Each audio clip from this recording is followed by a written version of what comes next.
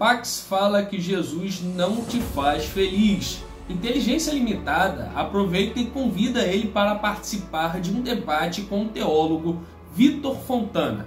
Quer saber mais sobre o que deu isso? Fica até o final desse vídeo.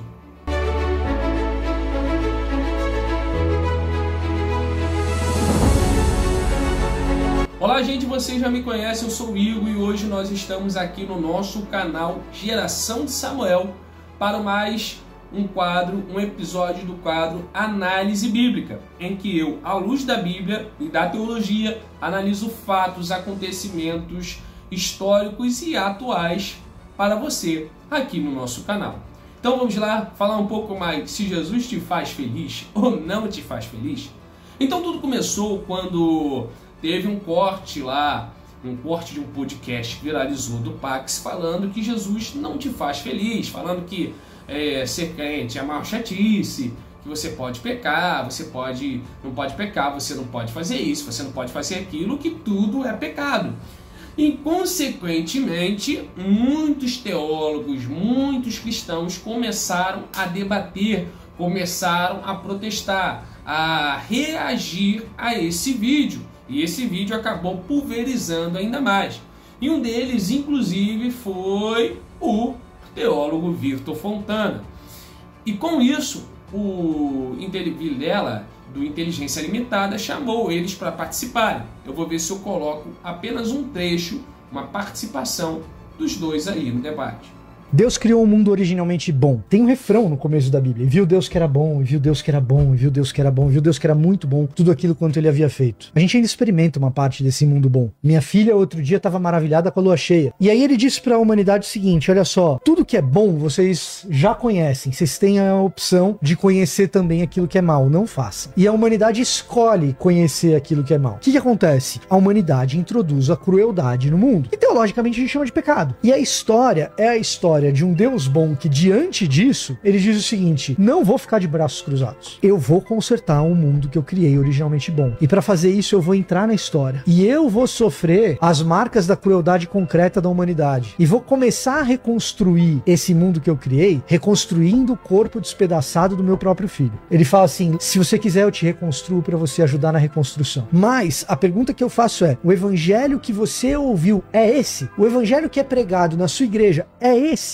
Então, cabe a você, no lugar onde você está, perceber qual evangelho me foi pregado. Tô dizendo que você não está salvo porque pregaram outra coisa? Não, se você se rendeu a Jesus Cristo, Deus é amoroso, perdoa pecados, te recebe. Não é isso que eu tô dizendo. Agora, se é que você quer saber quantos % da igreja prega o evangelho verdadeiro, comece na tua própria história. O que foi contado para você como evangelho para salvação? Você foi salvo da tua própria crueldade, da tua própria iniquidade, convidado para fazer parte de uma obra de reconstrução de uma nova Jerusalém? Foi isso. Então, como você viu, os dois participaram, tiveram um debate que foi mais um bate-papo.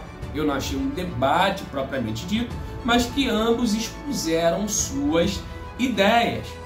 E aí, eu me perguntei, quando vi esse vídeo, o primeiro vídeo lá do React, os primeiros React, e antes desse debate o que é a concepção de felicidade para essa pessoa?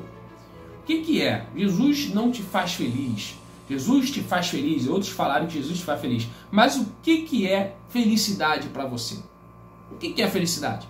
Felicidade é um carro na garagem? Felicidade é muito dinheiro no bolso? Felicidade é muita amizade, muito dinheiro? Felicidade é você poder fazer o que quer? Se tudo isso na sua concepção é felicidade, eu sinto muito de informar, Jesus realmente não te faz feliz, tá bom? A felicidade é algo interno. E outra, a alegria não é sinônimo de felicidade. E felicidade não é sinônimo de alegria. Não quer dizer que porque você é feliz ou infeliz, você vai estar sempre alegre. Não quer dizer que você está triste ou incontente com algo. Eu não sei nem se não me lembro, não sei nem se essa palavra realmente existe, mas acredito que sim. Quer dizer que você está infeliz. Então, preste atenção. Infelicidade não é falta de alegria, tá bom? Felicidade não é ter alegria o tempo todo. E é importante nós entendermos isso aqui. Outra coisa, a felicidade completa só será concluída, só alcançará o seu ápice quando nós encontrarmos com Cristo na glória, quando nós tivermos o nosso corpo transformado. Aquilo que é corruptível se transformar em corpo que é incorruptível. Porque lá não haverá pranto, lá não haverá choro, porque lá nós teremos um corpo transformado. Lá não haverá o vírus do pecado. Então tem que levar tudo isso em consideração. Até a felicidade que Jesus me dá aqui, ela não ela é plena, ela é perfeita, mas ela alcançará, não é completa, porque ela alcançará seu ápice apenas na glória. A santidade que Cristo nos dá aqui é perfeita, é boa, agradável, mas será completa apenas quando nós tivermos o nosso corpo transformado. A nossa santidade, teremos um corpo glorificado, a felicidade, tudo isso será completado quando nós tivermos o nosso corpo transformado. Então você será 100% feliz, mais do que você já é, quando você tiver seu corpo glorificado. Não quer dizer que você não seja feliz, e não quer dizer que você estar triste é sinônimo de infelicidade. Então, isso é importante para nós entendermos. E você não tem que buscar Jesus simplesmente buscando uma felicidade. Você tem que buscar Jesus em gratidão, em busca da salvação e tudo isso. E como consequência você terá paz de espírito, você terá felicidade, você terá... Tudo isso é consequência, não é o foco. O alvo é Cristo, o restante é consequência. Sobre o debate, eu gostei muito da postura do teólogo Vitor Fontana. Por quê? Dá para se perceber, dá para se notar, e eu não quero passar pano para o Pax, né, porque ele falou, para as besteiras que ele falou, não quero fazer isso, mas dá para se perceber que ele é um cara que está ferido, está magoado, está triste, sofreu algumas decepções, e muitas das coisas que ele tem falado é reação de todo esse contexto que ele tem vivido, ou viveu no meio protestante. Ele falou várias vezes que o pai dele é pastor, ou era pastor. Eu vi o podcast todo, mas eu não me lembro se ele ainda é ou se era. Então, o Vitor Fontana, com muito cuidado, teve uma conduta pastoral ilibada. Ele estava ali acolhendo ao mesmo tempo que confrontava. Era um cara totalmente acolhedor, parecia mais um gabinete pastoral do que um debate. Você via ele ali sempre ouvindo mais do que falando. E essa deve ser a nossa perspectiva ao encontrarmos com o ímpio, porque agora ele não é mais o nosso irmão na fé. Ah, Igor, mas se apostatou, Igor, mas está falando heresia e tal. Tá, mas está na igreja? Ele está na igreja ou está fora da igreja? Se ele está, até os que estão dentro da igreja devem ser acolhidos, mas devem ser confrontados mais incisivamente. Porém, que estão fora, você deve tomar uma outra postura ao confrontar. Você deve falar do pecado, você deve expor o pecado, porém você tem que tomar um cuidado. Cuidado esse de que a pessoa se sentir acolhida quando você expor o pecado, e quando não é só expor o pecado, é a mostrar o caminho, anunciar Cristo. Esse é o nosso objetivo. E foi isso que eu vi no debate. Ele não queria fazer uma apologia. Ele não estava ali para ser o advogado de Jesus. Tem até um filme, né, que é o advogado do diabo. Não. Jesus não precisa de advogado. O diabo precisa. Jesus não. Pelo contrário, ele é o nosso advogado. Ele nunca nos mandou ser advogado. Ele nos mandou ser testemunha. E o que testemunha faz? Narra o fato. Então, seja testemunha, não advogado. Não fique entrando em polêmica na internet. Não fique entrando em brigas desnecessárias na internet. Jesus não te chamou para ser advogado. Jesus te chamou para ser testemunha. E aí entra numa fala de Tillich, que eu gosto muito do teólogo Paul Tillich, que ele fala sobre a falsa apologia. que Deus não precisa ser defendido, que a verdadeira apologia, a frase tem a ver com a verdadeira apologia se alguém não precisar ficar defendendo, não ficar lutando, brigando para demonstrar que aquilo é verdade. Não é explicitamente assim, mas o que resume a ideia da frase é essa. E é verdade. Paul Tillich, que é um teólogo contemporâneo, e ele transmite uma verdade nessa frase. Você não precisa ficar defendendo algo para dizer que é verdade. Por exemplo, as vacinas. Teve gente batendo contra a vacina, debatendo a favor da vacina. Está lá, a ciência comprova. Você expõe, ó, vacina isso aqui vai te dar anticorpos, vai prevenir doença, essa e tal doença. Quer tomar? Ok. Não quer tomar? Ok. Agora, no campo filosófico, no campo científico, você pode debater?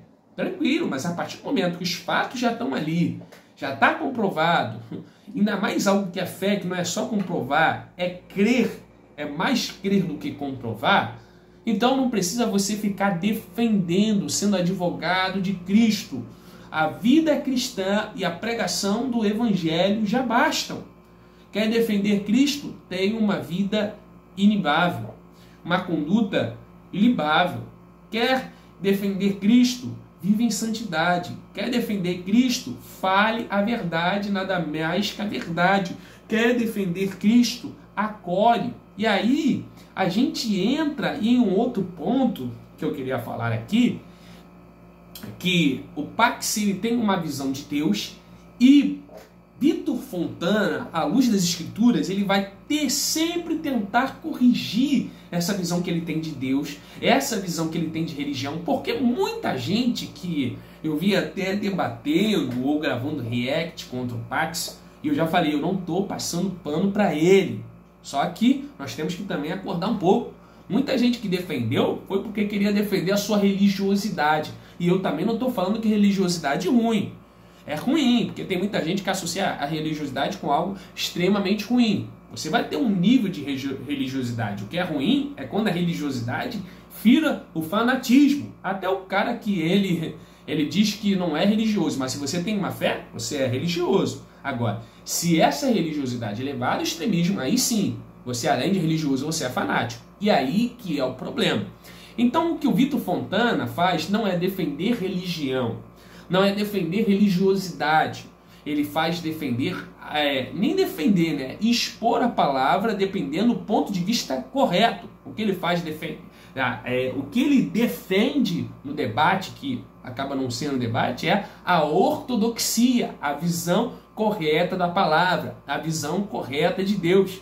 E a gente entra no ponto que é uma visão teológica de Dietrich Bonhoeffer, que escreveu O Custo do Discipulado, que foi morto por Adolf Hitler na Segunda Guerra, que inclusive tem um filme dele muito bom aí, atualmente, que lançou, falando sobre a história dele, desse teólogo.